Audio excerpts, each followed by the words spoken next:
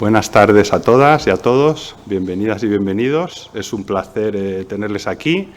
Ya empieza a haber algunas caras que son conocidas, así que muchísimas gracias por venir a esta tercera charla de divulgación que organizamos con motivo de la conmemoración del 75 aniversario de nuestro instituto.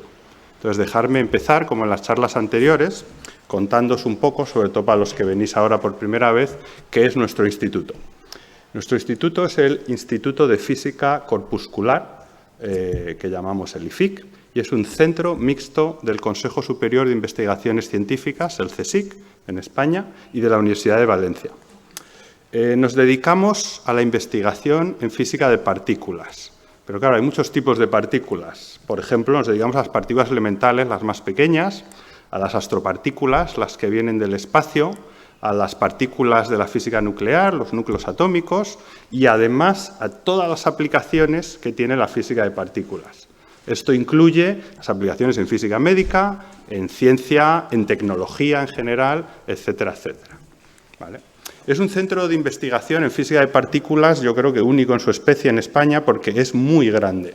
Somos del orden de 380 personas, ya con casi 100 científicos de plantilla, otros 20 que van a serlo más pronto que tarde, unos 10 profesores eméritos, unos 70 investigadores postdoctorales, más de 100 estudiantes de doctorado, unos 60 técnicos y unos 25 administrativos. Todas estas personas, todo el conjunto de investigadores o diverso personal que estamos en el IFIC, comprendemos 40 nacionalidades. Y gracias a esto, en particular, algunos de nuestros investigadores participan en experimentos internacionales que están dispersos por todo el globo terráqueo, ¿vale? Por toda la Tierra. Algunos de estos experimentos son experimentos fundamentales en la física de partículas en el mundo, ¿vale? Además, somos un centro de excelencia que se denomina Severo Ochoa, que es una denominación que da el Ministerio en España a los centros que destacan en su investigación.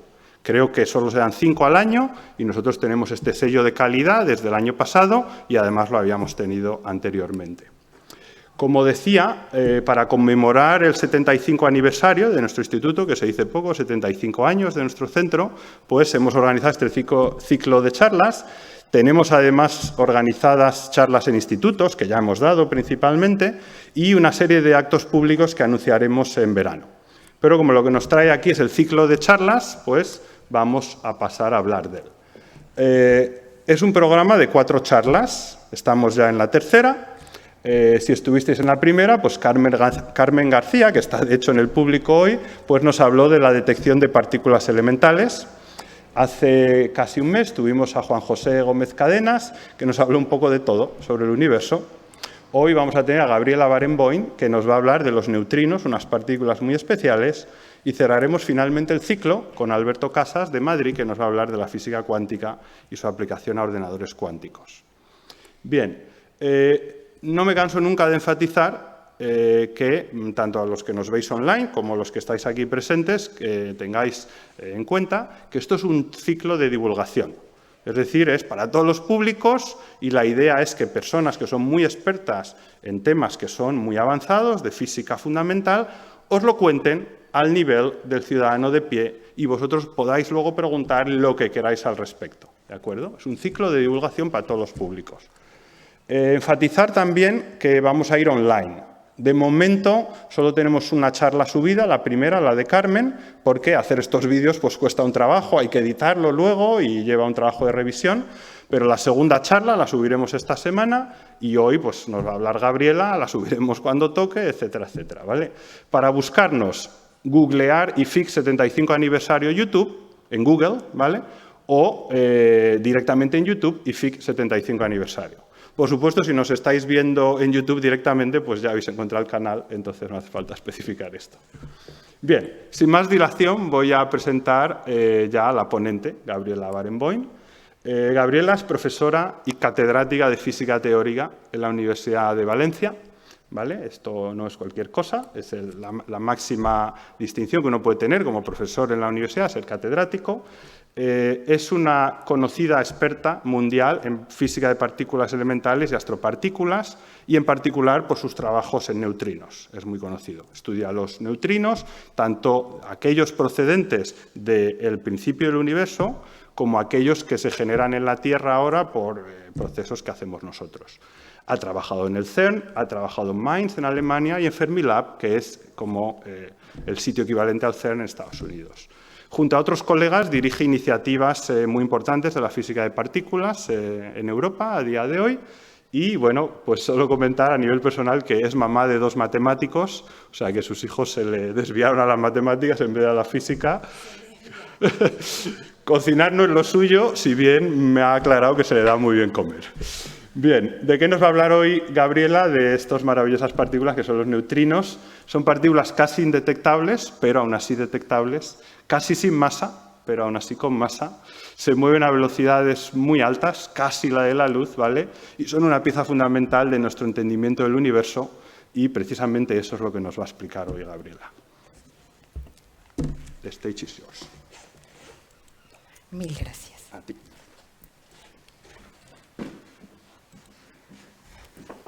Ok, bueno, muchas gracias a Dani por la presentación. Buenas tardes. Y yo, como contó Dani, voy a hablar de física de neutrinos.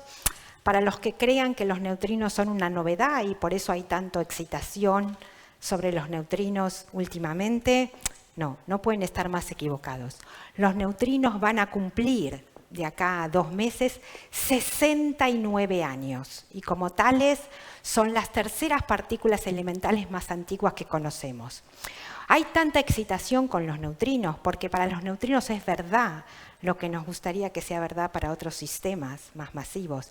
Los neutrinos son mucho más sexys y mucho más interesantes hoy con casi 69 años de lo que lo fueron nunca con 20 o con 30. Con los neutrinos es verdad que los 60 son los nuevos 20, por eso solo con los neutrinos, ¿está bien?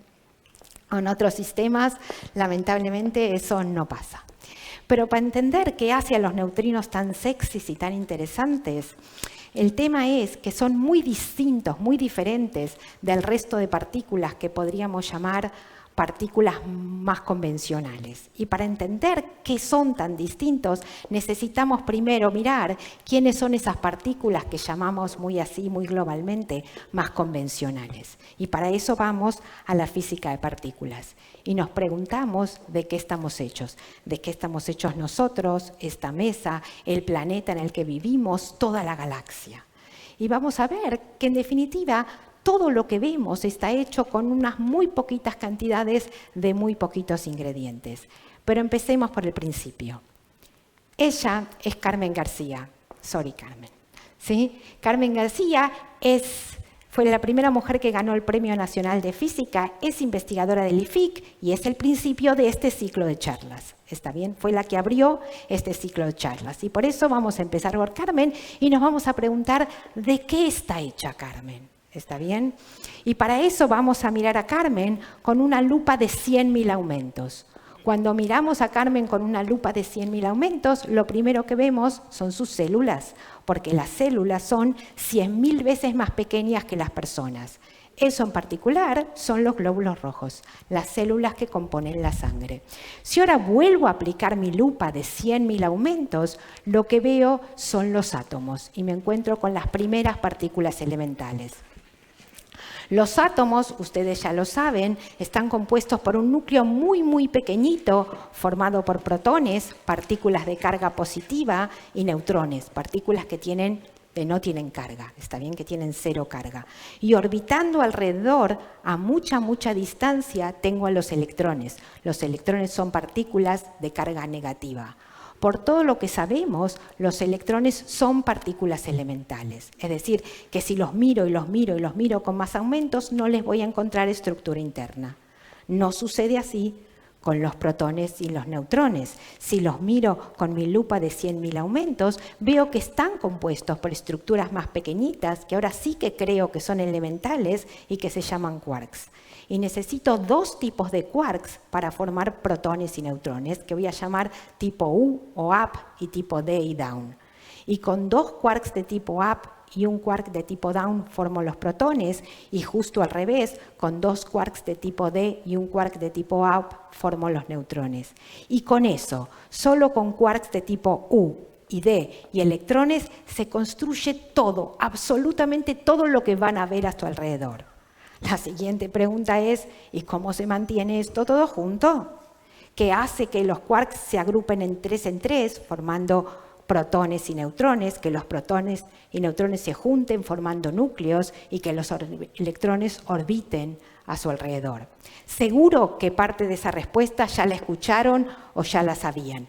Lo que hace esto son las interacciones. Ustedes saben que los protones tienen carga positiva, es decir, que mi núcleo tiene carga positiva. Eso quiere decir que forma un potencial eléctrico y los electrones quedan atrapados por ese potencial eléctrico y orbitan a su alrededor, porque caen presos de ese potencial. ¿Está bien? Ustedes saben que la fuerza eléctrica es atractiva entre cargas opuestas y repulsiva entre cargas iguales.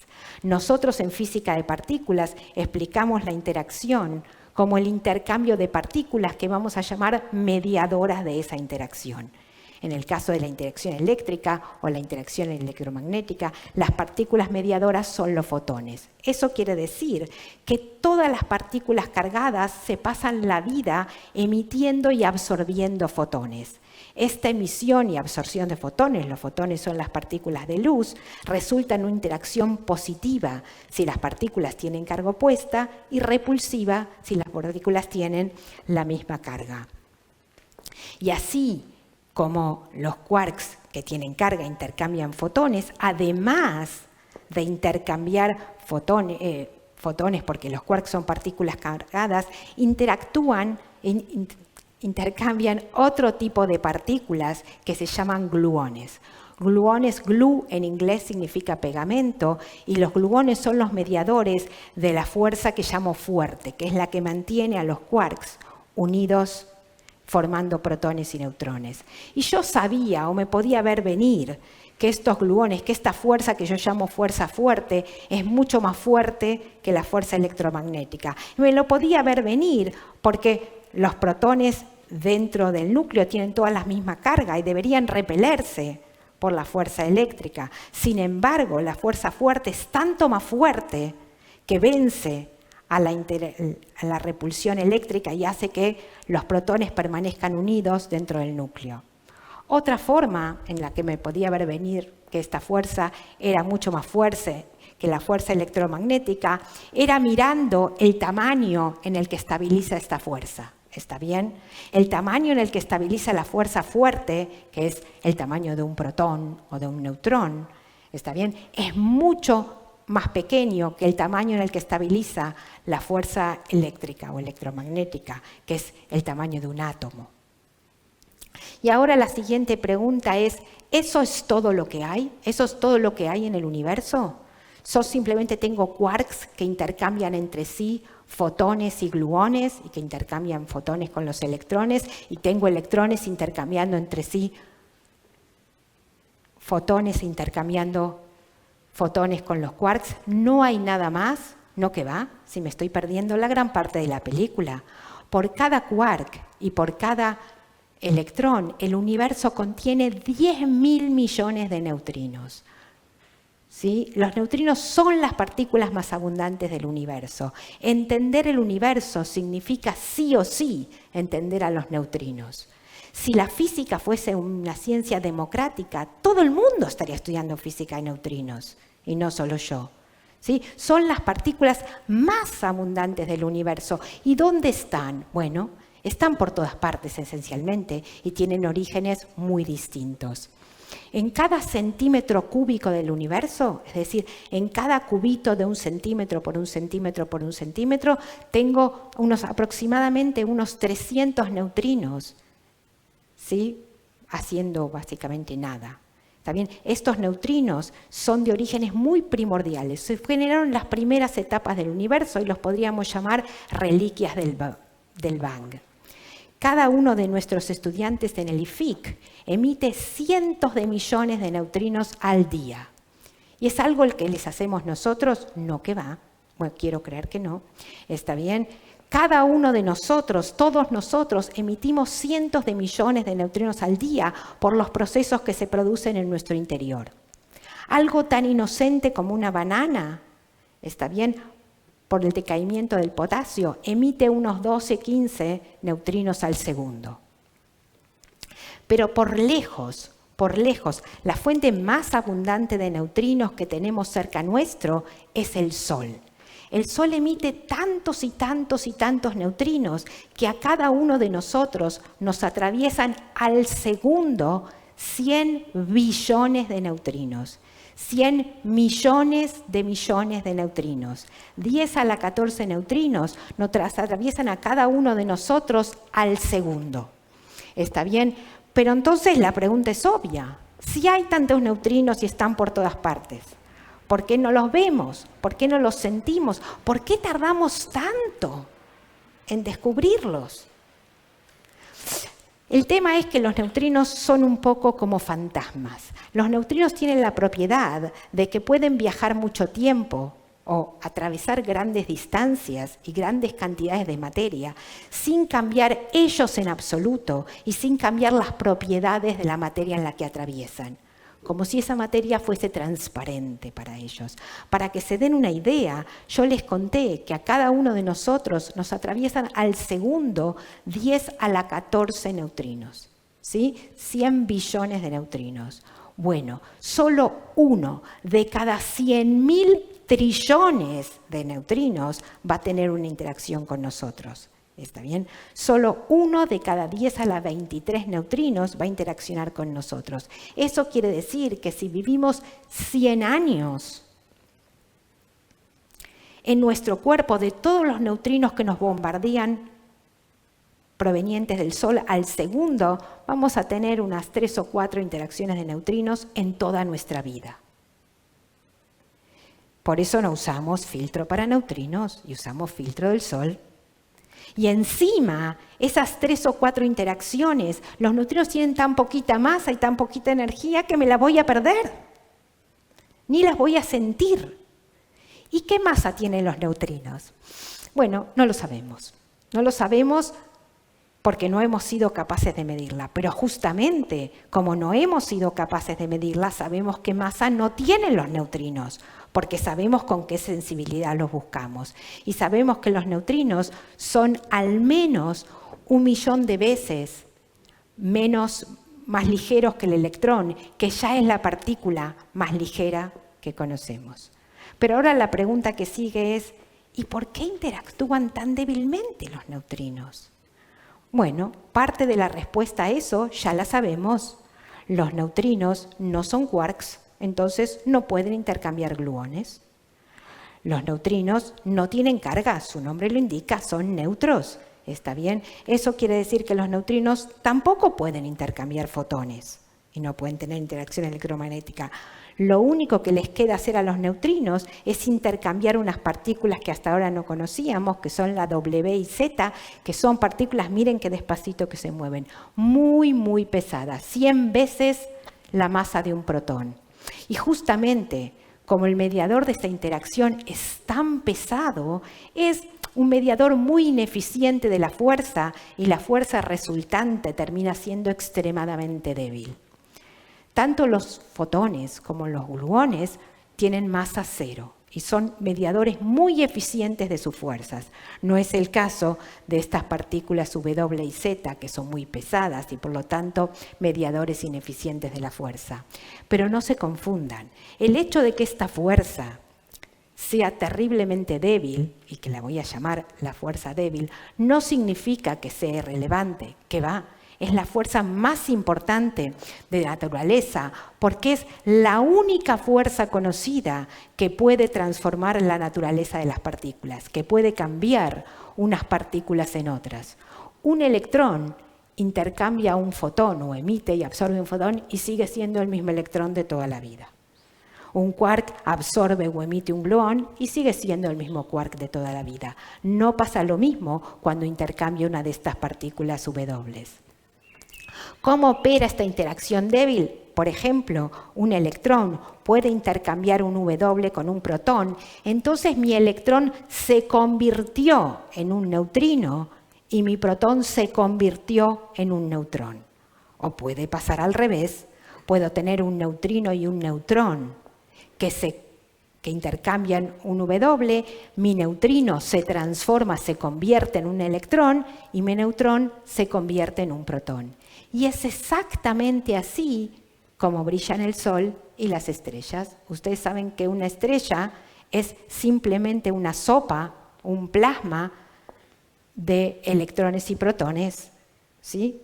Una sopa muy caliente de electrones. ¿Y qué hacen los electrones y protones cuando se juntan? Bueno, intercambian fotones, pero también intercambian estas W. Y en cuanto intercambien un W, mi electrón se va a transformar en un neutrino y mi protón se va a transformar en un neutrón. Mi neutrino va a dejar el Sol sin mirar atrás, porque dijimos que esencialmente no lo para nadie y sin transformar al Sol.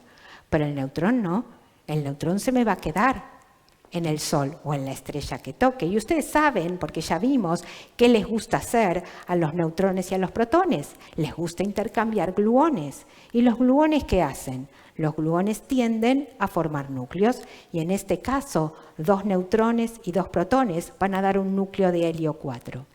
Y este núcleo de helio 4 es tan estable que esta reacción es energéticamente muy, muy favorable. Eso quiere decir que libera energía, libera luz y calor.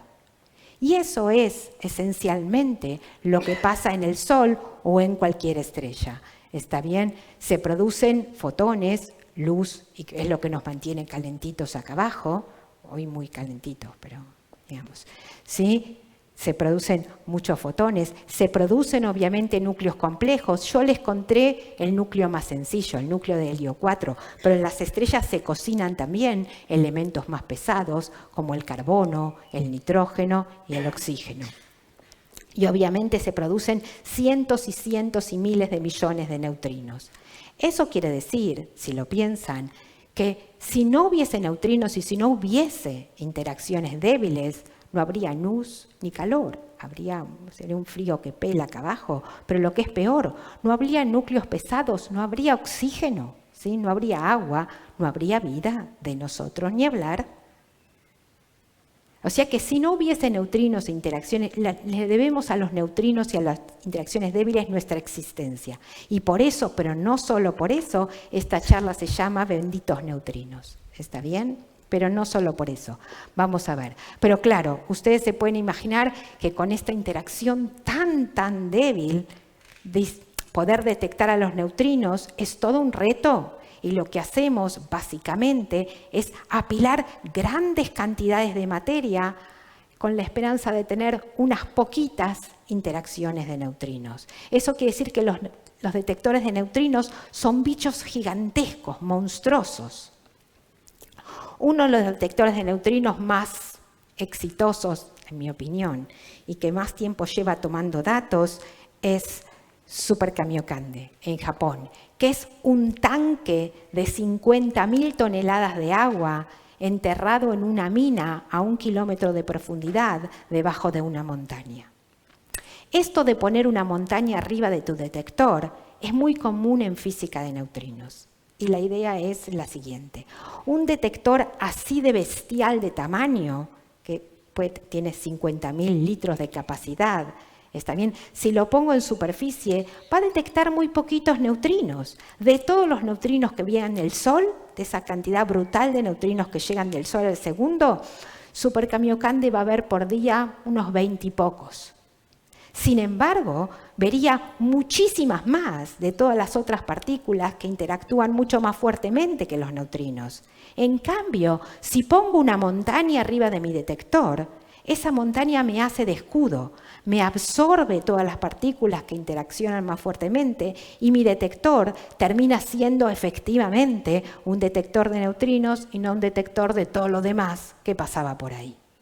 ¿Está bien? Esta es una foto de Super Kamiokande antes de que lo llenaran. Eso que parecen ahí palitos, no son palitos, son personas. Tanto el piso, el techo y las paredes del detector están cubiertas de fotomultiplicadores, de detectores de luz. ¿Está bien? Esto que parecen también puntitos, estos fotomultiplicadores, son dispositivos de un tamaño muy, muy apreciable. Cada uno de estos tiene medio metro de diámetro para que vean el tamaño de este detector. Esta es una foto de cuando estaban llenando Super Kamiokande. Ahí lo que hay en el botecito son 2 personas, 2 japoneses limpiando a mano, fotomultiplicador por fotomultiplicador. ¿Ven por qué pusimos el detector en Japón? ¿Está bien? Entonces, ¿cómo opera? ¿Cómo detecta Super Kamiokande a los neutrinos? Bueno, cada tanto Super Kamiokande le van a llegar un montón de neutrinos provenientes del Sol. Cada tanto uno de estos neutrinos va a tener una interacción débil, es decir, va a intercambiar un W con uno de los neutrones del agua, ese neutrino se va a transformar en electrón y mi neutrón se va a transformar en un protón. Pero claro, el electrón ya no es un neutrino, el electrón tiene interacciones electromagnéticas, va a emitir y absorber fotones y de esa manera lo voy a detectar en mis detectores de luz, en mis fotomultiplicadores. Es decir, que el neutrino lo detecto siempre de forma indirecta, a través de la partícula en la que se convirtió por interacciones débiles. Por todo lo demás, el neutrino es invisible. Pero los neutrinos me permiten hacer cosas muy curiosas. Ustedes saben que nosotros vemos al Sol solamente de día. Bueno, de hecho, llamamos día a la parte del tiempo que la Tierra le toma girar, dar una vuelta sobre su eje, en la que enfrento al Sol cuando tengo luz. La otra parte, no tengo fotones, es de noche, estoy a oscuras. Puedo detectar al Sol, puedo ver los fotones provenientes del Sol solo de día. Esos son los fotones, pero nada para los neutrinos. Los neutrinos atraviesan la Tierra esencialmente como si la Tierra no existiese. Y cada tanto llegan a Japón, donde está mi detector. Eso quiere decir que si yo pudiese mirar al Sol en neutrinos y no fotones, yo vería el Sol tanto de día como de noche. Y esta es una foto del Sol en neutrinos, que como calidad fotográfica uno no se impresiona mucho. Sin embargo, cuando yo les cuente que tomamos esta foto en una mina, enterrados de noche a 1 kilómetro de profundidad y con un tanque que era simplemente un tanque de 50.000 toneladas de agua, esta foto se vuelve terriblemente impresionante. Pero ahora la pregunta es, ¿y por qué quedarnos acá? ¿Por qué no usar los neutrinos para ver más allá y no solo el Sol? ¿Por qué no hacer astronomía con neutrinos? ¿Está bien? Los neutrinos son bichos muy nobles porque no interactúan y eso quiere decir que apuntan directamente a sus fuentes porque desviarse es interactuar. Entonces, ¿por qué en vez de usar telescopios de luz para ver más allá de nuestra galaxia y todavía fuera de la galaxia, no uso neutrinos?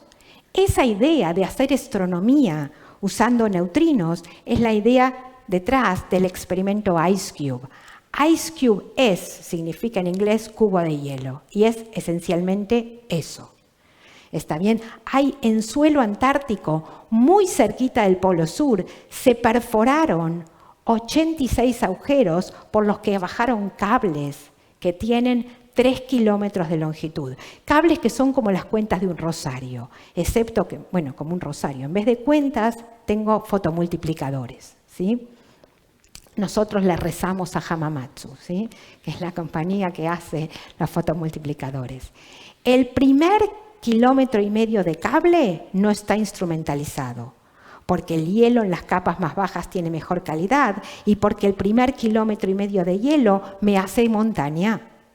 ¿Está bien? Solo tengo instrumentalizado el segundo 1,5 kilómetros de cable. Y acá claramente el tamaño es tal que no tiene sentido que ponga una persona, porque va a ser apenas un puntito. Por eso, para comparar, ponemos la Torre Eiffel, que tiene 324 metros. El volumen total instrumentalizado de IceCube es 1 kilómetro cúbico. 20.000 veces más que Super Kamiokande. Para que se den una idea de lo que es 1 kilómetro cúbico, donde yo vivo acá, Campanar tiene 5 kilómetros cuadrados de superficie. Es como instrumentalizar, como construir todo Campanar hasta una altura de 200 metros. Un edificio de 60 plantas. Y que no lo habrán intentado en Campanar, ¿sí? Eso es, ¿sí?, IceCube. Y IceCube, entonces, va a monitorear el hielo de la Antártida en busca de neutrinos de la misma manera que los fotomultiplicadores de Super Kamiokande monitorean el agua del tanque en búsqueda de una interacción de neutrinos. IceCube es un experimento especialmente gracioso porque se construyó exactamente de la forma que uno esperaría hacer un agujero en el hielo con agua caliente.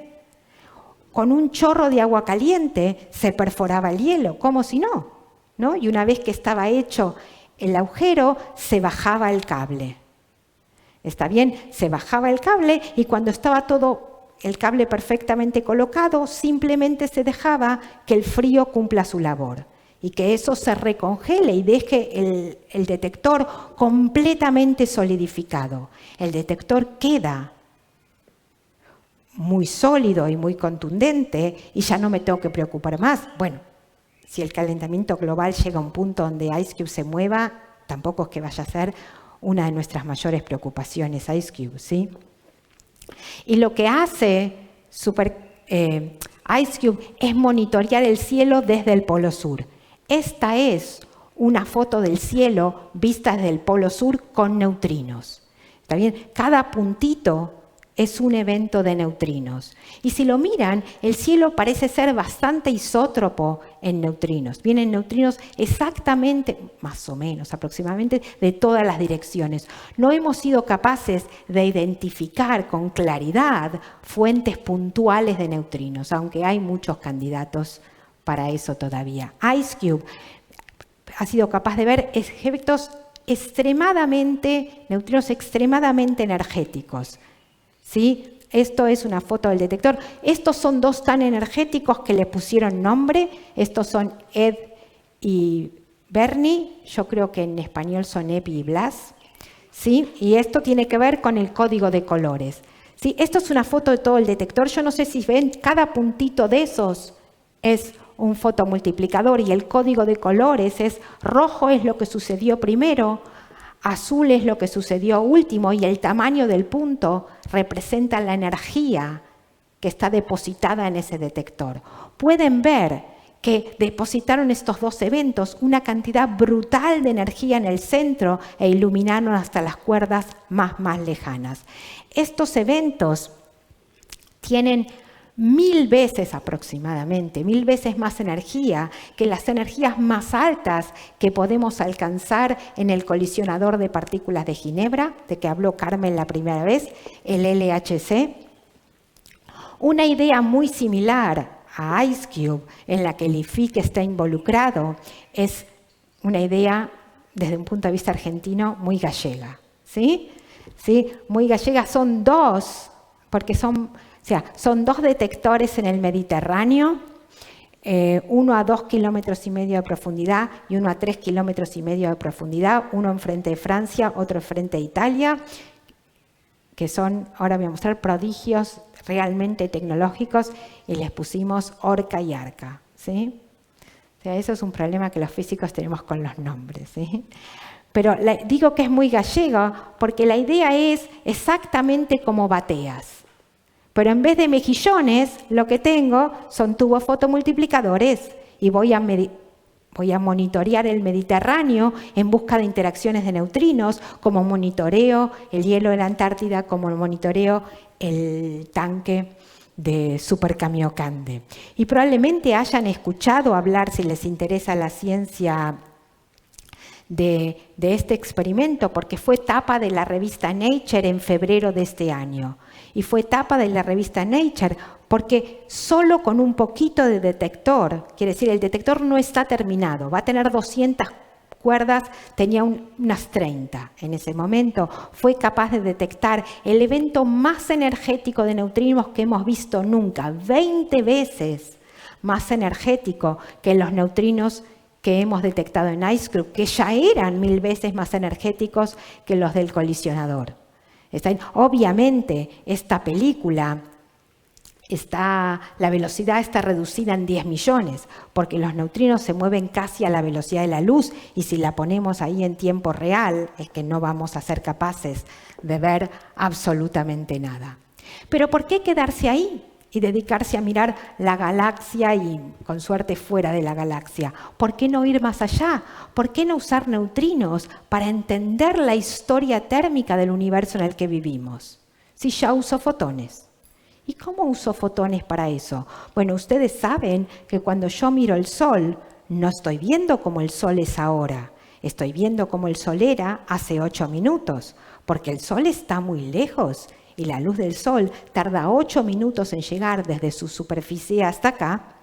Si ahora miro una galaxia lejana, una galaxia que está, 7 años luz, no estoy viendo cómo esa galaxia es ahora, sino cómo era hace 7 años, cuando emitió esa luz.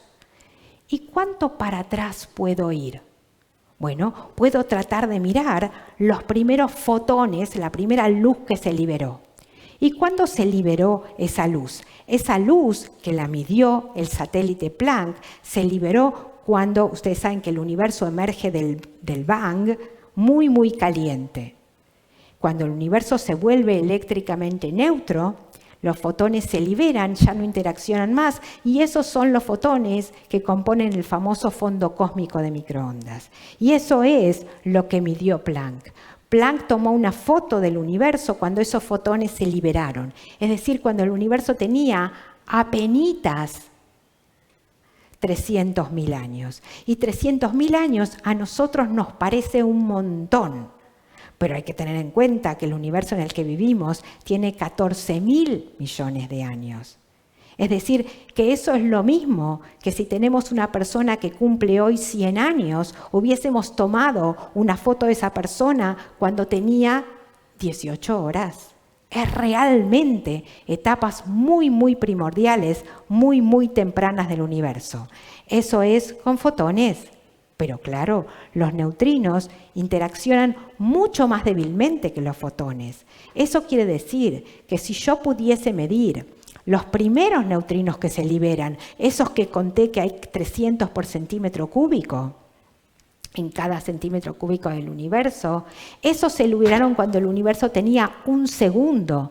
Es decir, que si yo fuese capaz de detectar esos neutrinos, me pararía casi encima del Bang. Por ahora hay muchas ideas de cómo detectar eso. Hay muchos proyectos que están viendo cuán posible tecnológicamente es detectar estos neutrinos, pero no hemos sido capaces de detectarlos aún. Pero es probable que en un par de años ya tengamos idea de cómo lo vamos a hacer. ¿Está bien? Hay muchas ideas, ninguna se ha concretado todavía. Pero ahora volvamos al tema de la masa, ¿sí? Que lo dejé ahí abandonado al principio. El tema de la masa es un tema muy pastoso en física de partículas. La masa, no solo de los neutrinos, la masa en general, codifica una información que aún no hemos sido capaces de descifrar. Dijimos que los neutrinos tienen, no sabemos qué masa tienen, pero son al menos 1.000.000 de veces más ligera que la masa del electrón, que es la partícula más ligera de las que conocemos. Dijimos también que toda la materia conocida, todo lo que vemos estable en el universo, tiene una estructura que está compuesta por 2 quarks tipo UD, el electrón, y un neutrino que ahora voy a llamar neutrino electrónico. Pero eso no es todo lo que la naturaleza tiene para ofrecer. La naturaleza ofrece 2 réplicas de esta estructura de 2 quarks, un electrón y un neutrino, que es exactamente idéntica a la primera versión. Sin embargo, tiene las mismas cargas y las mismas interacciones, es igual de elemental, pero tiene mucha más masa.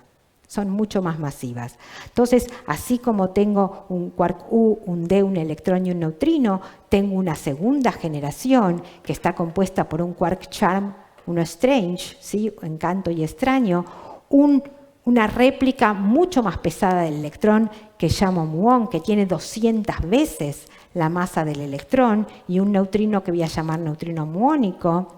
Y hay una tercera generación más pesada aún, que está compuesta por el top y el bottom en el sector de los quarks, o arriba.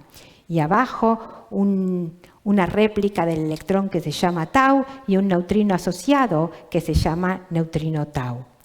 Cada una de estas partículas se comunica o se transforma en su compañera por medio de interacciones débiles.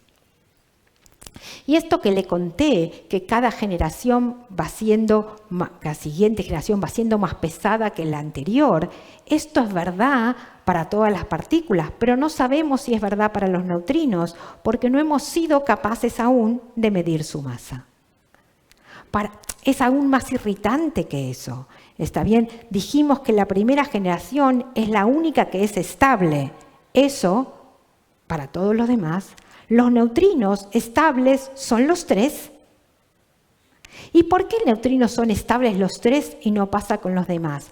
Porque resulta que los neutrinos son muy particulares, porque los neutrinos pueden cambiar, pueden transformarse los unos en los otros a medida que viajan o que se transportan o que viven. ¿Está bien? Un neutrino se puede ir transformando en uno en el otro, puede mutar un neutrino de un tipo en otro tipo a medida que va viajando, y eso hace que los tres se estabilicen.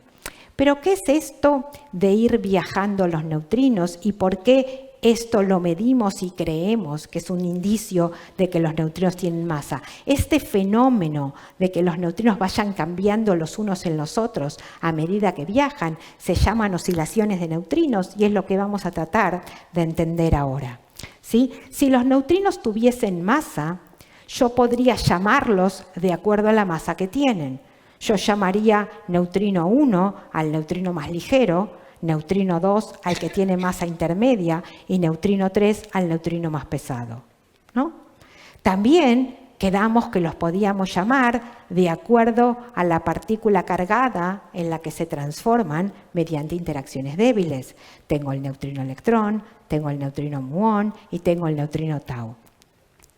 Lo gracioso de esto es que la mecánica cuántica, que es la física que rige el comportamiento de estas partículas, me dice que no tiene por qué haber una correspondencia 1 a 1 entre los neutrinos 1, 2 y 3 y el neutrino electrón y el muón y el tau. ¿Y eso es por qué? Porque ustedes saben que la mecánica cuántica me dice que para describir una partícula necesito una onda. Y las ondas, bueno, las ondas son como las olas del mar. Se pueden sumar, se pueden restar, se pueden combinar de múltiples maneras. Entonces vamos a tratar de entender qué pasa con los neutrinos. Para jugar nosotros ahora vamos a suponer que hay solo 2 neutrinos y vamos a agregar el tercero al final. Pero para jugar acá nosotros de entre casa vamos a suponer que solo hay 2 neutrinos. Y voy a llamar neutrino 1 a este neutrino amarillo que tiene 3 picos. A este lo voy a llamar neutrino 1. Y voy a llamar neutrino 2 a este neutrino que voy a pintar de azul y que tiene 5 picos. Y voy a decir que la combinación, digamos, por decir algo, que la suma del neutrino 1 y el neutrino 2 me va a dar el neutrino electrón. Porque yo lo digo, ¿está bien? Y sumar 2 olas, ustedes saben cómo hacen. Sumar es poner que las 2 empiezan para arriba. Entonces, cuando las 2 suben, el resultado va a ir mucho más arriba. Cuando una sube y la otra baja, el resultado se va a quedar en el medio. Y cuando las 2 bajen, el resultado va a ir más abajo. A esta suma de los 2 neutrinos, lo voy a llamar neutrino electrón y lo voy a pintar de verde. Pero en vez de sumarlos, o para decir, puedo decir, yo podría haber hecho otra cosa. Por ejemplo, voy a decir que el neutrino muón es la resta de los 2 neutrinos. O como decimos en física, la suma en oposición de fase. La suma en oposición de fase, que es la resta, es poner uno cabeza arriba y el otro cabeza abajo, como se hizo toda la vida, ¿no? Entonces, cuando resto estos 2 neutrinos o los sumo en oposición de fase, a esta combinación la voy a llamar neutrino muón y la voy a pintar de rojo. Pero fíjense que la diferencia entre el neutrino muón y el neutrino electrón no es solo el color en el que le estoy pintando. Fíjense que el perfil es completamente distinto. Ahora, ¿qué pasaría si mis neutrinos no tienen masa? Si mis neutrinos tienen masa exactamente cero. Si mis neutrinos tienen masa exactamente cero, viajan a la velocidad de la luz. ¿Está bien? Pero eso quiere decir que produzco un neutrino electrónico, es decir, produzco la suma del neutrino 1 más el neutrino 2, tanto el neutrino 1 como el neutrino 2 van a viajar los dos a la velocidad de la luz. Van a estar perfectamente en fase o acompañándose todo el tiempo y mi neutrino electrón va a ser siempre un neutrino electrón. Ahora bien, si mis neutrinos tuviesen una masa distinta de cero, pero los dos tuviesen la misma masa, tanto el neutrino 1 como el neutrino 2 tuviesen exactamente la misma masa, cuando yo produzco el neutrino electrón, le estoy dando a tanto al neutrino 1 como al neutrino 2 la misma energía y se moverían a la misma velocidad. Si se mueven los dos a la misma velocidad, se acompañan perfectamente y mi neutrino electrón sigue siendo toda la vida un neutrino electrón.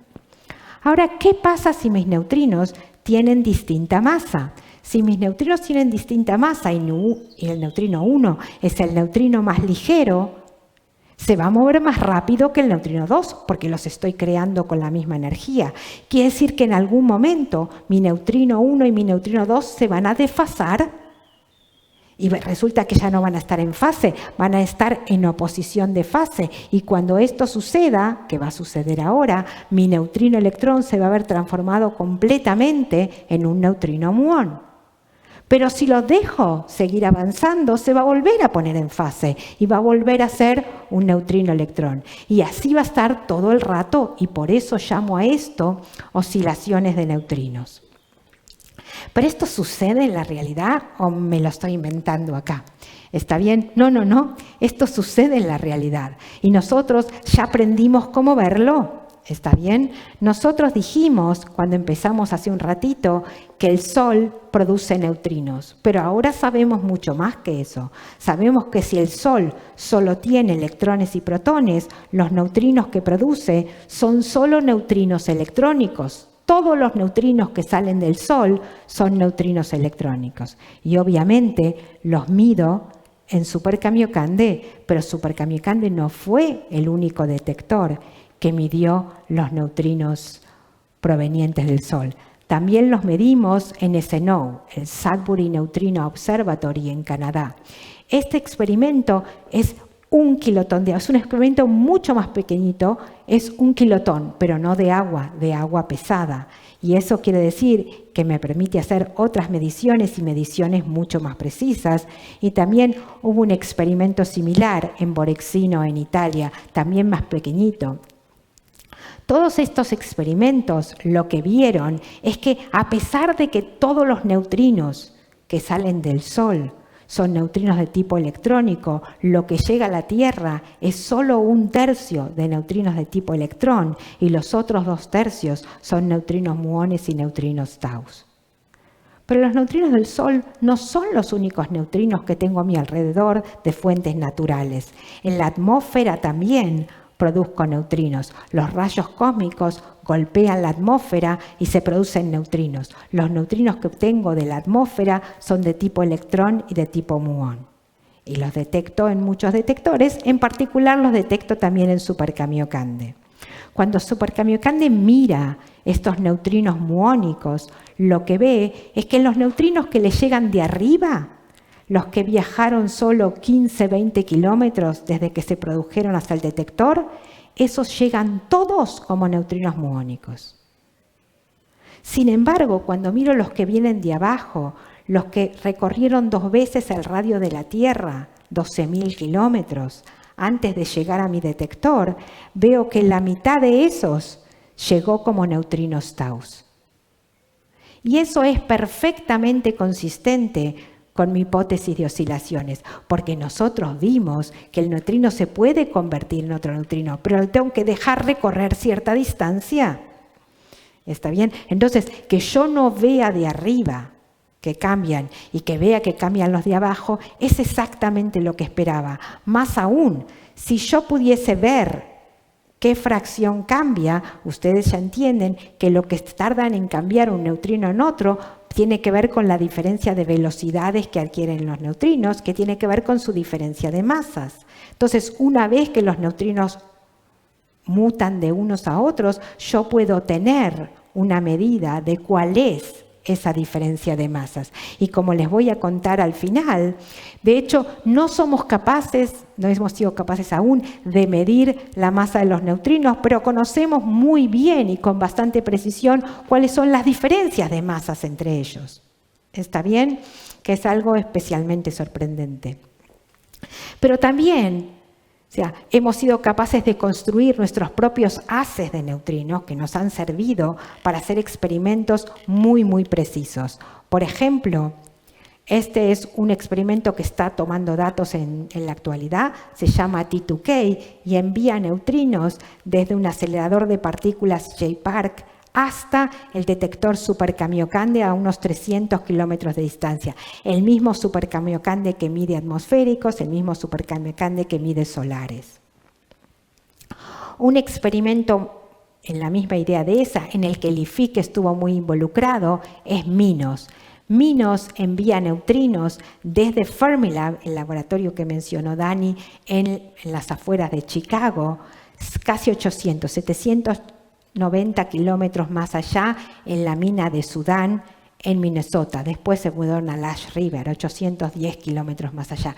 Este detector no es de agua, es de hierro. En realidad no importa si es agua o es hierro. Lo que quiero es que tenga muchos neutrones. Y ni el agua ni el hierro son especialmente caros. ¿Está bien? Hubo un experimento muy parecido que enviaba neutrinos acá en Europa desde el CERN hasta el Laboratorio Nacional de Gran Sasso en Italia. Y la próxima generación de estos experimentos en el que el IFIC está muy involucrado es DUNE. Este va a ser el futuro microscopio de neutrinos que va a enviar neutrinos desde el Fermilab otra vez, 1200 kilómetros más allá, hasta una antigua mina de oro en Sanford Lab, en South Dakota. Para que se den una idea dónde es muy cerquita de Mount Rushmore. Mount Rushmore, lo vieron en Los Simpson, es donde están las caras de los presidentes de Estados Unidos grabadas en piedra, ¿sí? Entonces, ahí este es el próximo microscopio de neutrinos y el detector es tan bestialmente grande que no lo podemos construir de una pieza y se tiene que construir de forma modular. ¿Está bien? En 4 módulos distintos y se está ubicando. Este experimento es muy sofisticado y esperemos que en un par de años empiece a tomar datos. Por ahora está en construcción. La ventaja de hacer los detectores de forma modular es de alguna manera la misma ventaja que tuvo estos experimentos con cuerdas, el del Polo Sur o el del Mediterráneo, que apenas pongo la primera ya puedo empezar a medir, aunque el detector no esté todavía completo. Miren lo afortunados que han sido en KM Srinet en el Mediterráneo. Con todos estos experimentos que hice hasta ahora, este todavía no existe, pero todos los demás ya existieron o existen en la actualidad, fui capaz, bueno, yo no, de ver ¿sí? realmente las oscilaciones de neutrinos. Pudimos observar cuál es la fracción de cada uno de los componentes de los neutrinos en función de la distancia que recorren y la energía. O sea que fui capaz de ver las oscilaciones de neutrinos. No solo eso, también fuimos capaces de ver exactamente qué combinación del neutrino 1, del neutrino 2 y del neutrino 3 necesito para hacer o tengo en el electrón, el muón y el tau. Y esto es lo que hemos sido capaces de entender. Y si bien para jugar nosotros dijimos que el neutrino electrón era la suma del neutrino 1 y el neutrino 2 y el neutrino muón era la resta del neutrino 1 y el neutrino 2, no es tan así, pero se le parece un montón. ¿Está bien? Que que tenemos ahí es algo más que un signo, es una fase y es algo que el experimento Dune está tratando de medir, que no conocemos aún, pero el experimento Dune se supone que lo va a medir antes que yo me retire. ¿Sí? ¿Sí? Esperemos. Hola. Y, bueno, vamos a eso. Pese a que pasó el 90% de mi charla, les conté solo la mitad de la película, pero no es que me vaya a extender. Les conté solo la mitad de la película porque por cada partícula de materia, la naturaleza me ofrece una correspondiente partícula de antimateria. La antimateria no es como las generaciones. La antimateria tiene exactamente la misma masa que su correspondiente partícula de materia, pero tiene las cargas opuestas, la interacción cambia, ¿está bien? De signo. Entonces, así como hay un electrón, hay un positrón que tiene la misma masa que el electrón, pero simplemente tiene carga positiva, hay un antiquark U y un antiquark D. Entonces, ¿qué pasa cuando una partícula se encuentra con su correspondiente antipartícula? Como en las películas de ciencia ficción, se aniquilan. ¿Está bien? Y se aniquilan de la forma más eficiente posible. Eso quiere decir que si encuentro dos quarks, se van a aniquilar dando gluones, y si un electrón se encuentra con un positrón, se van a aniquilar dando fotones. Pero eso es una lección muy, muy importante, porque eso quiere decir que si el universo que emergió del Bang y en toda la historia térmica del universo hubiese habido la misma cantidad de materia que de antimateria, la materia y la antimateria se hubiese ido encontrando, se hubiese ido aniquilando, y de nosotros no, o sea, el universo en el que vivimos sería un lugar hermosísimo, lleno de luz y color, pero de nosotros ni hablar. Lo que eso quiere decir es que en algún momento de la historia térmica del universo se tiene que haber producido un pequeño exceso de materia sobre antimateria, de tal manera que cuando la antimateria y la materia se encuentren y se aniquilen, los restos de esas colisiones violentas seamos nosotros. ¿Sí? Nosotros no somos otra cosa que los restos de una batalla bastante desigual entre materia y antimateria. ¿Sí? Y digo realmente los restos, porque necesitamos que haya un exceso muy miserable, ¿sí? Muy pequeño de materia sobre antimateria para explicar todo lo que hay. Necesito que por cada 10.000 millones de partículas de antimateria haya 10.000 millones una partícula de materia. Un exceso de una parte en 10.000 millones. Vamos, una porquería. Pero entonces, si el exceso es tan miserablemente pequeño, ¿por qué es problemático? Es problemático porque por todo lo que sabemos, todas las partículas, todas las interacciones, las partículas se crean de dos en dos y se aniquilan de dos en dos. Entonces, ¿dónde salió ese exceso? Bueno, para eso los neutrinos podrían tener la solución. ¿Está bien? ¿Y por qué los neutrinos tienen que tener la solución? Porque ya vimos que lo que cambia cuando voy de partícula a antipartícula, de materia a antimateria, es que la carga se vuelve opuesta. Entonces, para los neutrinos, y solo para los neutrinos, la línea que separa la partícula de la antipartícula es especialmente delgada, porque tienen carga cero. ¿Está bien? Entonces, podría pasar que así como a veces el neutrino electrón se transforma, se comporta como un neutrino muón, podría pasar que a veces un antineutrino se comporte como un neutrino con una probabilidad muy bajita, si no necesito mucho exceso. Y entonces eso me generaría un pequeño exceso de materia sobre antimateria. ¿Y cómo sé si esto pasa o no pasa? ¿Está bien? La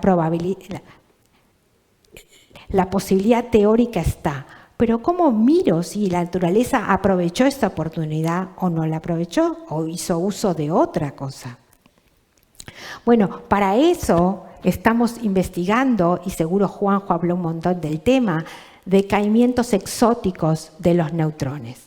Resulta que los neutrones son partículas como muy adolescentes, en el sentido de que adentro del núcleo te aguantan una vida, pero afuera del núcleo 15 minutos. Literal, vida media 15 minutos. ¿Está bien? Y cuando un neutrón decae en un protón, un electrón y un antineutrino.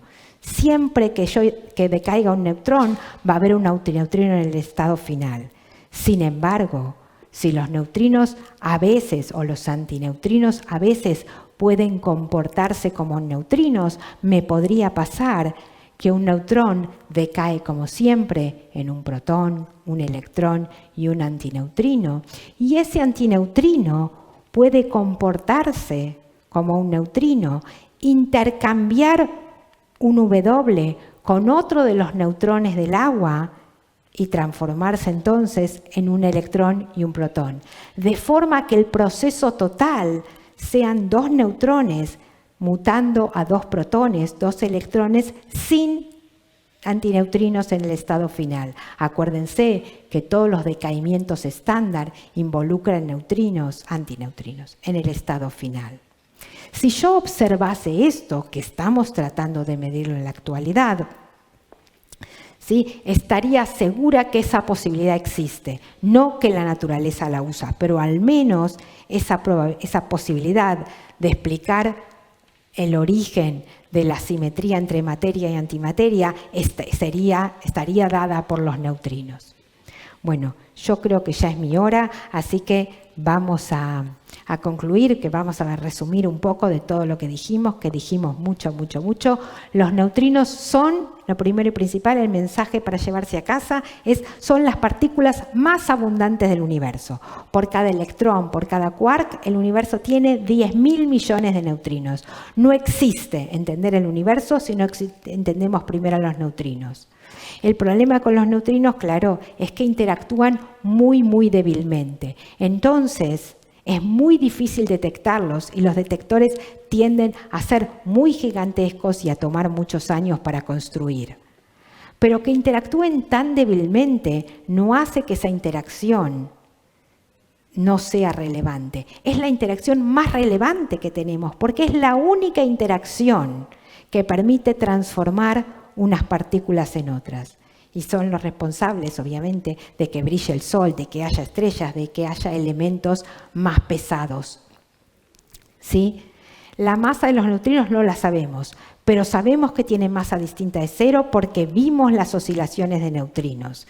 Pero estamos tratando de medir su masa y esperamos saberla en los próximos años.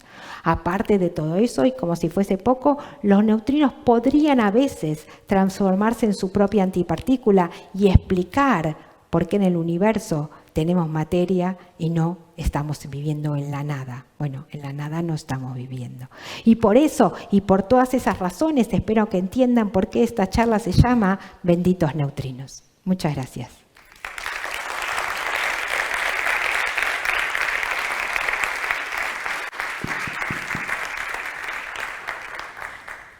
Muchísimas gracias por esta maravillosa charla, Gabriela, tan pedagógica y tan interesante. ¿Se oye esto? ¿Sí? Vale. Pues nada, abrimos ahora el turno de preguntas, como siempre, y recordad que podéis preguntar, por supuesto, sobre los neutrinos, pero también si tenéis otras curiosidades o dudas sobre las partículas fundamentales, pues Gabriela. Mecánica cuántica que la acabo de dar este semestre.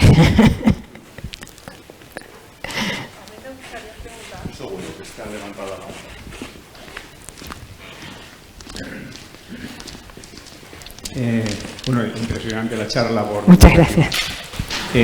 Si antes has comentado, me ha parecido entender que en algunos experimentos se envían neutrinos de unos aceleradores a otros. Me ha parecido entender cómo una partícula que es tan indetectable se puede transportar, si es que he entendido que se transporta.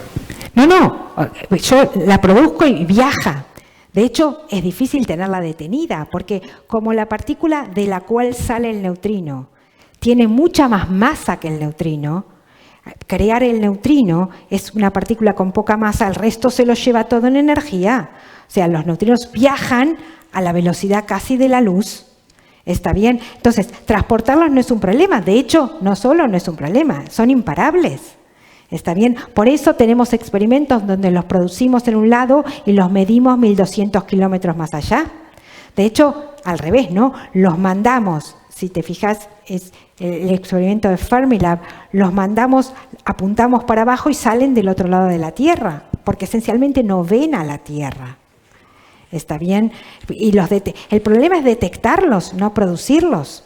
Si casi que o sea, en el CERN o en cualquier acelerador de partículas, no de gratis, pero los producimos, de a porrones. ¿Sí? El problema es que los detectamos de a uno. ¿Sí? Por eso necesitamos estos experimentos tan gigantescos. O sea, el problema es el detector, no la producción con los neutrinos, porque interactúan muy débilmente. O sea, la probabilidad de interactuar, claro, en un tanque como Super Kamiokande, que es gigantesco, o sea, Super Kamiokande detecto 22 neutrinos solares al día, que es nada comparado con los neutrinos que atraviesan el tanque. Si a cada uno de nosotros, y no tenemos ese volumen, nos atraviesan 10 a la 14 al segundo. Al segundo. ¿Sí? Pero claro, nos atraviesan como si no estuviésemos ahí. Yo quería preguntar, no tengo ni idea de física, pero me hago muchas preguntas y no sé cómo supongo que todo esto tiene relación con cómo se puede viajar al pasado y la modificación de la materia. A ver, no puedo viajar al pasado. Lo que puedo hacer es mirar un neutrino que se produjo en el pasado, lo miro hoy al neutrino y como el neutrino ese me cuenta, digamos, tiene propiedades asociadas al momento en que se produjo, pero al pasado no viajo, no. Al pasado no viajo. Es lo mismo que cuando miro, por ejemplo, o sea, sin neutrinos, una galaxia que está a 7 años luz, sé cómo era esa galaxia hace 7 años. Por todo lo que yo sé, hoy puede estar desaparecida. Y me voy a enterar dentro de 7 años, cuando no me llegue la luz, que esa galaxia desapareció. Es simplemente mirar algo que se produjo en el pasado, que me llegó inalterado y que me cuenta cómo era el entorno en el que se produjo. Como los neutrinos interactúan tan poquito, atraviesan grandes distancias o vienen desde muy, muy lejos, esencialmente inalterados. Pero claro, como los que vienen de muy lejos tienen tan poquita energía, por eso es tan difícil detectarlos. Pero estamos haciendo eso, ¿sí? Estamos haciendo eso. Hola. Hola. A ver, has dicho que los neutrinos podrían explicar la simetría entre materia y antimateria. Sí. ¿No? Porque un neutrón decae en un protón, electrón y un antineutrino, ¿no? Pero, quiero decir, si en el universo primordial también había antimateria, supongo que también habrá un decaimiento de un antineutrón en un antiprotón y un antielectrón y antineutrino. Vos decís, ¿por qué no pasa en los dos sentidos? Eso es. A ver, bueno, en el universo primordial, neutrones no había, ¿no? Porque tomó tiempo. Pero justamente lo que necesitamos es un desbalance. Ese desbalance va a estar ayudado, si se acuerdan, o sea, la historia es un pelín más complicada de lo que yo la conté, como se pueden imaginar. A ver, esto tiene que ver...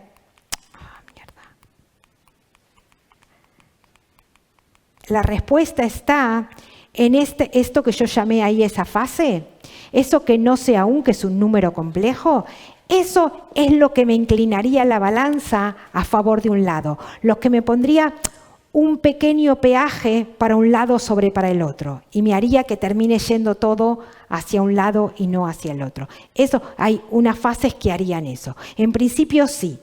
Sí. En principio hay eso, pero eso no lo sabemos y lo estamos tratando de medir. Se supone que lo va a medir Dune. T2K tiene una chance, pero no está optimizado para eso. Pero podría ser que Dune termine con su cuarto módulo y T2K ya haya comido la tostada. Eso, yo como soy teórica me da igual de dónde venga, ¿sí? Hola, sí. A ver, si en teoría podríamos detectar neutrinos originados en el Bang, ¿no? La primera pregunta sería ¿en qué dirección nos llegan al detector? ¿Arriba, de abajo, izquierda, derecha? No sé. Y la segunda pregunta es ¿cómo podemos diferenciarlos de un neutrino? O sea, ¿cómo sabemos que ese neutrino tan energético o cualquier otro detectado no viene de ahí, ¿no? Ok, los neutrinos del Bang tienen la característica que tienen muy poquita energía. Ahora, ¿de dónde vienen esos neutrinos? Vienen de todas las direcciones exactamente en la misma cantidad. El Bang es un tema muy pastoso y muy complicado porque la gente lo ve o uno en la cabeza se hace como algo que explota, ¿sí? O algo que empieza a crecer. Pero eso no es así. Acuérdese que el Bang se generó en todas partes del universo exactamente al mismo tiempo. Porque, claro, si ustedes achican el universo, la distancia entre dos puntos cualesquiera se hizo 0. ¿Está bien? Entonces, pensar eso es complicado, pero el Bang sucede en todas partes del universo exactamente al mismo tiempo. Entonces, todos los neutrinos nos llegan exactamente igual de todas las direcciones. Ahora bien, ¿cómo sé que son esos neutrinos y no otros? Tengo muchas formas de saberlo, pero tienen una energía particular. Mi modelo del Bang me dice que tienen que tener una temperatura y un espectro de cuerpo negro, digamos, en 2 Kelvin, 1,95. Así como los fotones del fondo cósmico de microondas tienen un espectro de cuerpo negro, o sea, quiere decir que sé cuál es su distribución en energías, básicamente alrededor de 3 Kelvin, ¿sí? 3 Kelvin es mucho frío, ¿sí? Acuérdense que, me tengo que acordar primero yo, esto del bachillerato, es que no hice químicas del bachillerato, esto de... Yo creo que 0 grados es 2,97 Kelvin. 2,73, sí, no me acuerdo, sí. Pero aprobé la selectividad, pero no me acuerdo. Sí, pero eso, o sea que 3 Kelvin es menos 270, está bien, grados centígrados. Entonces, los fotones son eso. Los neutrinos esperamos que sean un poquito más fríos, ¿está bien? 1,95 Kelvin. Pero tenemos modelos que nos gustaría comprar, pero el modelo del Bang, uno lo simplifica, fue una singularidad esencial, pero es un modelo muy rico en detalles y nos hace es muy elegante porque con muy poquito hace muchas predicciones muy sólidas, las queremos comprobar, pero no, si los midiésemos ya sería una fiesta y si podemos ver la temperatura que tienen y el espectro que tienen, vamos, pero eso no va a ser antes que yo me jubile, el espectro, no.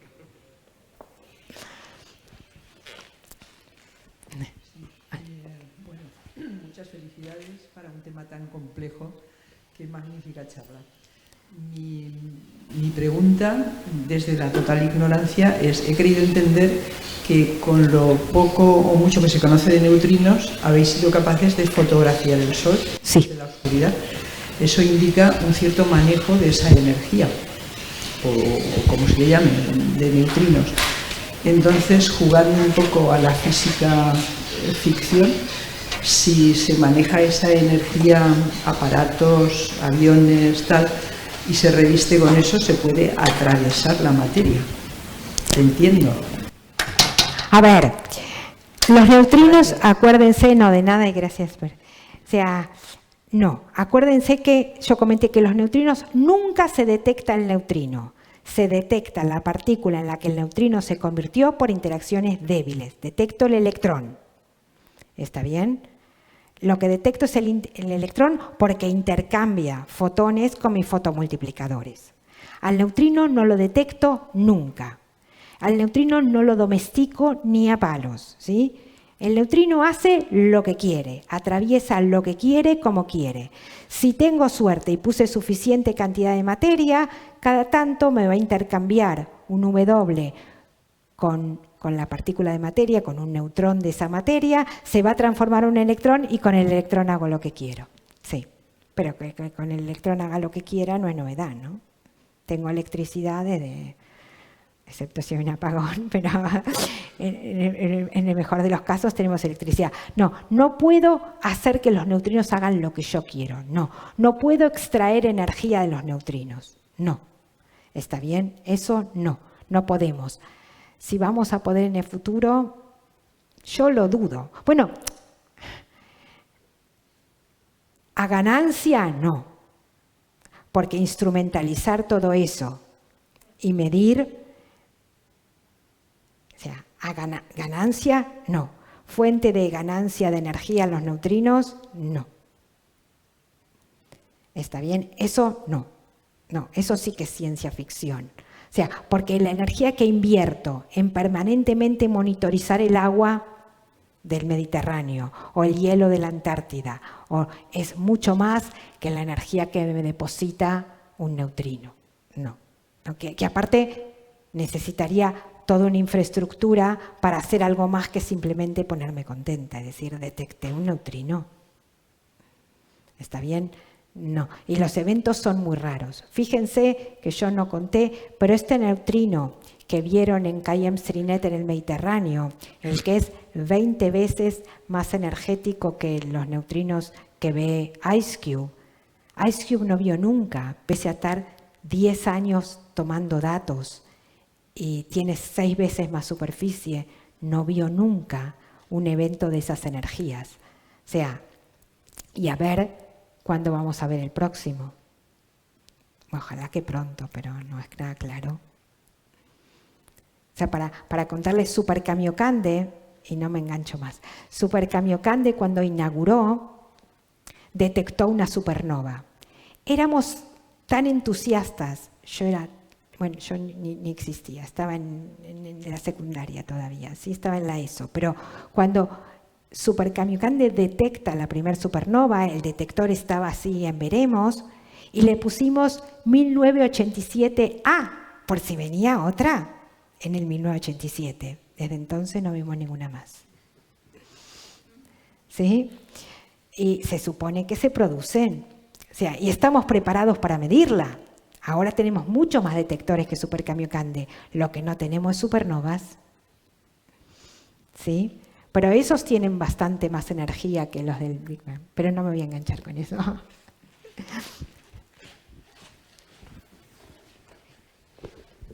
Hola, buenas. Quería hacer una pregunta. He visto antes en una imagen que estaban limpiando los fotodetectores de Super Kamiokande. Quería saber si los fotodetectores tienen que estar en un ambiente estéril y si es así, ¿cómo conseguimos ese ambiente estéril en la Antártida o en el Mediterráneo? Estéril, están sumergidos en agua, sí, pero están al vacío ellos mismos. Vale. La burbuja esa está al vacío. ¿Sí? Vale, vale. Eso es lo que vos llamás, quiero creer, un ambiente estéril. El ambiente estéril me refería a que no haya contaminación en esa agua de otras partículas. En el hielo. Sí. No para esas energías y esas direcciones, no. En el fotomultiplicador no. Y para eso supongo que tenés un background, que es lo que vos llamás contaminación, sí que hay, pero está controlado. Eso con simulaciones y todo lo tenemos controlado. Eso es la diferencia entre una señal y un background, que ¿cómo se dice en español background? Un fondo. ¿Está bien? Que es, digamos, lo que detectaría igual, digamos, aunque el sol estuviese apagado, digamos. Vale. ¿Sí? Vale. Gracias.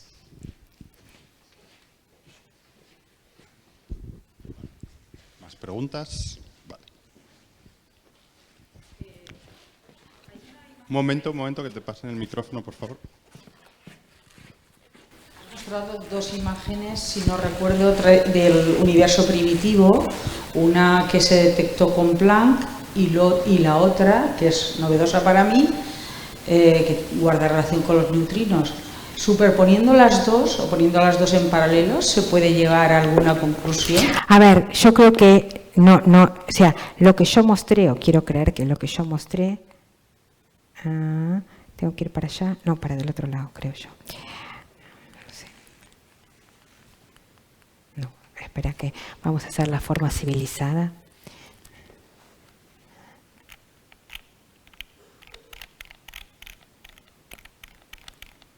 A ver si lo estoy entendiendo bien. Esto es Planck, pero esto no es es el cielo visto en neutrinos desde el polo sur. O sea, las dos son la misma proyección en una elipse, pero son dos cosas completamente distintas. Esto es el cielo visto en neutrinos, pero en neutrinos de muy alta energía, no neutrinos de baja energía. Esto es simplemente que del polo sur puedo ver todo el cielo. Entonces hago esta proyección, ¿sí?, estereográfica que me da en una elipse, simplemente por el tema de coordenadas. Pero son dos imágenes completamente distintas. Esto es cómo era el universo cuando tenía 300.000 años. Son los fotones que dije antes de 3 Kelvin. El otro son los eventos que vio IceCube, que los vio de a uno en neutrinos, y los fue poniendo de acuerdo a la dirección en la que provenían. Fue poniendo un puntito más otro puntito más otro puntito en la dirección que provenían. Y es, si se puede decir, la suma de todas las mediciones que viene haciendo IceCube en 10 años. Pero es el cielo, visto en neutrinos de muy alta energía. Lo que pasa es que siempre que soy capaz de ver todo el cielo, el resultado es una elipse. Nuestro objetivo sería intentar hacer los neutrinos en esa fase, ¿no?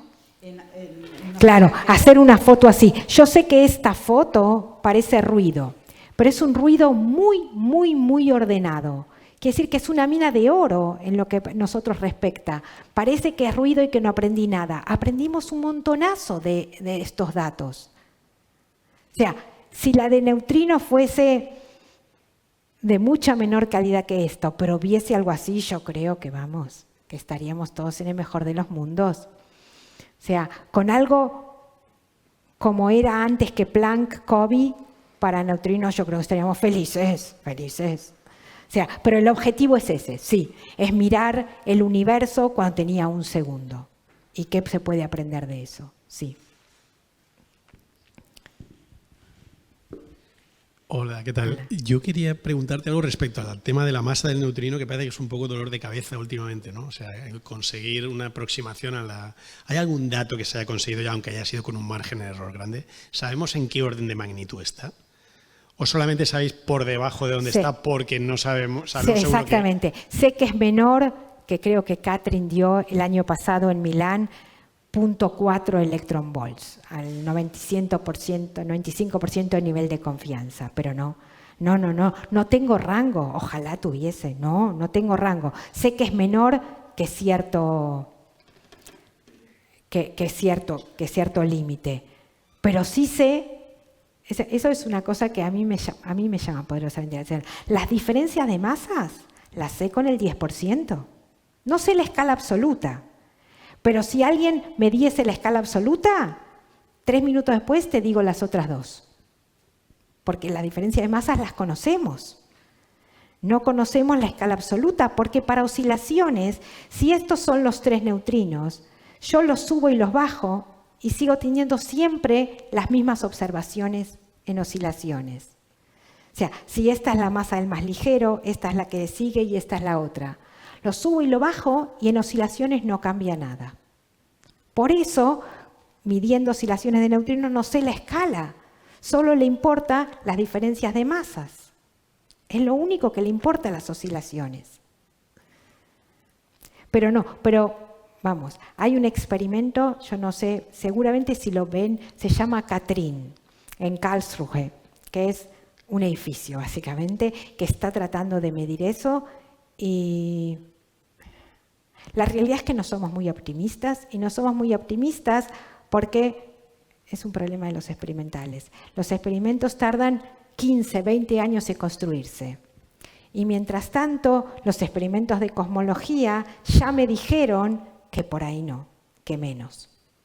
Entonces yo tengo mi detector buenísimo que tiene una sensibilidad que me va a dejar digamos, a 0.2 en electron volts. Pero la cosmología ya me dijo, arriba de 0.1, ni hablar. ¿Sí? La vida de los experimentales es muy dura.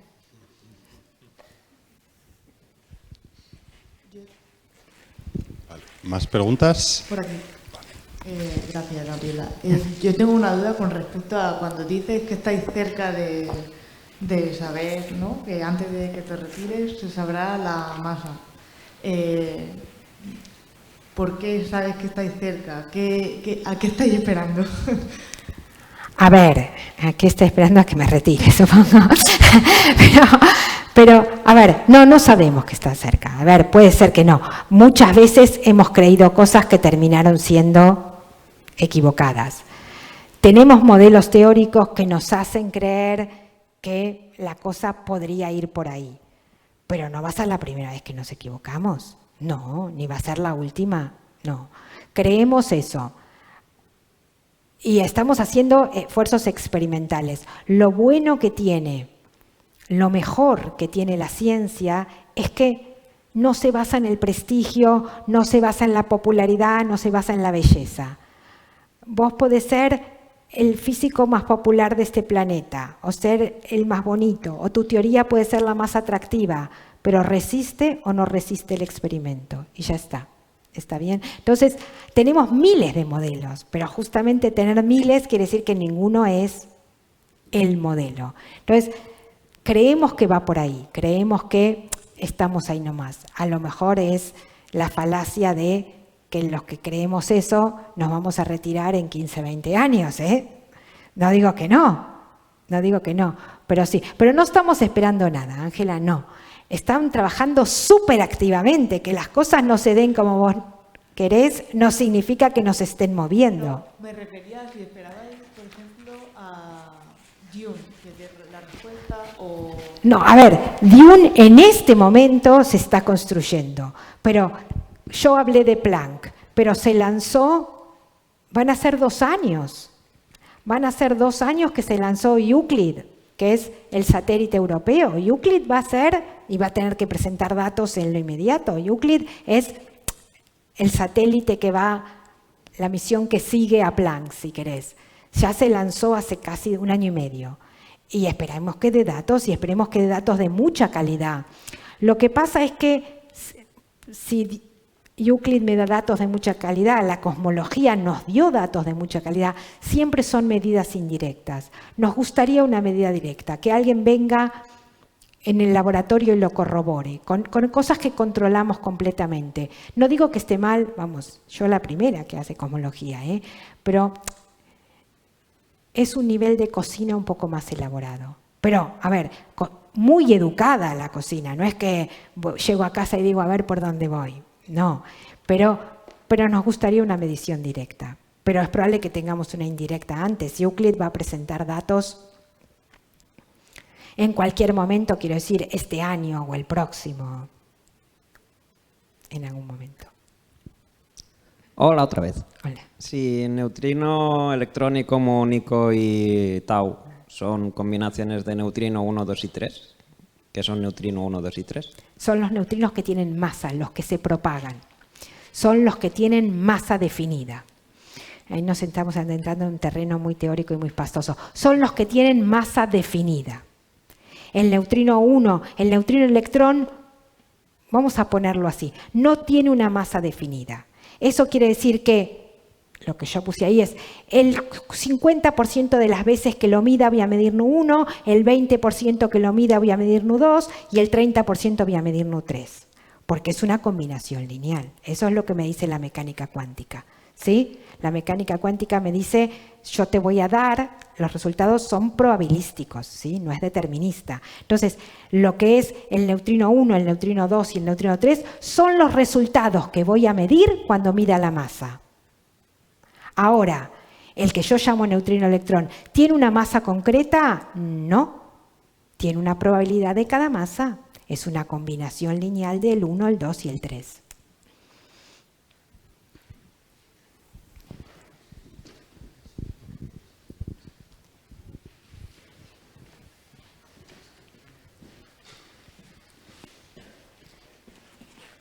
¿Alguna pregunta más? Sí. Vale, hola. ¿Cómo sabemos que hay neutrinos y antineutrinos? Porque si no tiene carga, ¿cómo sabemos que hay neutrinos y antineutrinos y no solamente hay una al no tener carga? Bueno,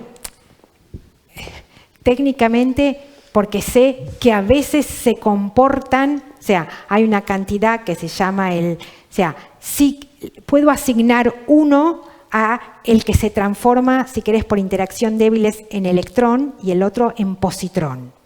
Entonces, cuando detecto su compañero electrodébil, digamos, débil, sí que le veo la carga. ¿Está bien?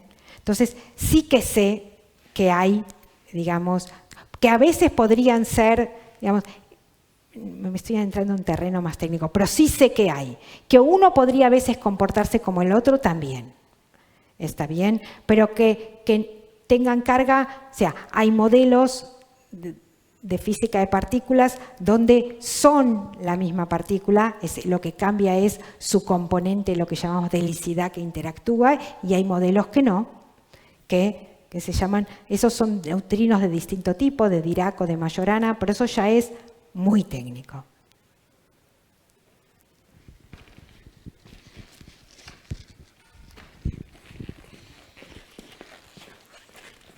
¿Más preguntas? ¿Una más? Entonces, desde el punto de vista de alguien que no tiene ni idea, pero ¿qué significa el llegar a conocer todo eso que estás diciendo, lo que estáis investigando? ¿Qué cambios pueden producirse para cualquier persona?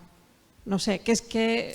A ver, eso es como decir para qué sirve la ciencia básica.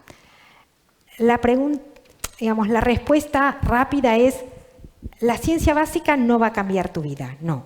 Sin embargo, la ciencia básica requiere unos desarrollos tecnológicos y deja una cantidad de subproductos que van a cambiar tu vida. O sea, el CERN hizo el World Wide Web, ¿está bien? Como subproducto de lo que necesitaba para su desarrollo. Y eso hace, ¿está bien?, que la pizzería de la esquina de tu casa tenga una página web por la que no tenga que pagar más que por el alojamiento del servidor, porque esto es, vamos, público. Eso hace que el CERN, Carmen contó el problema de procesamiento de datos rápido. El LHC procesa más datos por segundo, mucho más que Visa en tarjetas de crédito, al segundo en el mundo. ¿Está bien? Mucho más. Entonces, nosotros desarrollamos una serie de algoritmos para procesar esos datos y para generar datos, que son los que se usaron 20 años después, que son los que usan, por ejemplo, los médicos de la Organización Mundial de la Salud, donde sea, para decidir, acá el virus de la gripe se construye viendo qué pasó en América y cuáles son todas las posibles mutaciones de lo que viene. Para analizar todas las posibles mutaciones y decidir qué te van a poner en octubre, en noviembre de vacuna, se usan algoritmos que fueron primero algoritmos de física de partículas. Y ni hablar de los tratamientos del cáncer, ¿no? Los tratamientos del cáncer empezaron con los aceleradores de física de partículas. Es decir, que sepamos qué es o no el neutrino, o si hay o no supersimetría, que no. O si hay no sé qué, eso no va a cambiar tu vida. Pero todas las máquinas que desarrollemos, toda la tecnología y toda la informática que desarrollemos, a lo mejor no tu vida, pero va a definir la vida de mis nietos, si mis hijos se deciden alguna vez. ¿Sí? Va a ser más difícil que mis hijos se decidan que midamos los neutrinos, me parece a mí. Pero bueno, pero sí, la ciencia básica como conocimiento no cambia tu vida. Pero hay una cosa, digamos, que sí que hace la ciencia básica. Y yo creo que eso no se le da difusión lo suficiente en Europa, en España, en ningún lado. Que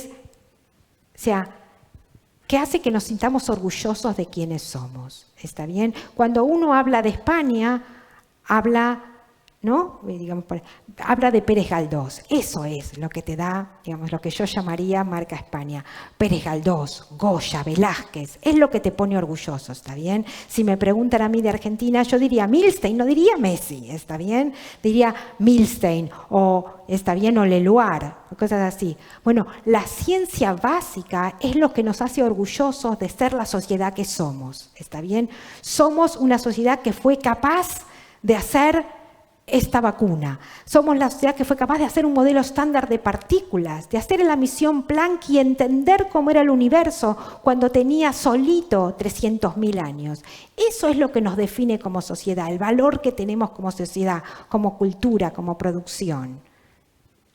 O sea que para mí tiene un valor. El conocimiento puro tiene un valor. Es lo que nos hace ser lo que somos como especie. No somos como especie estos que nos matamos a tiros los unos a los otros, o no queremos ser eso. Somos los que hicimos una vacuna del COVID en 6-8 meses. O sea, para mí la ciencia básica también es eso. Está bien, es lo que nos hace sentirnos orgullosos de quienes somos.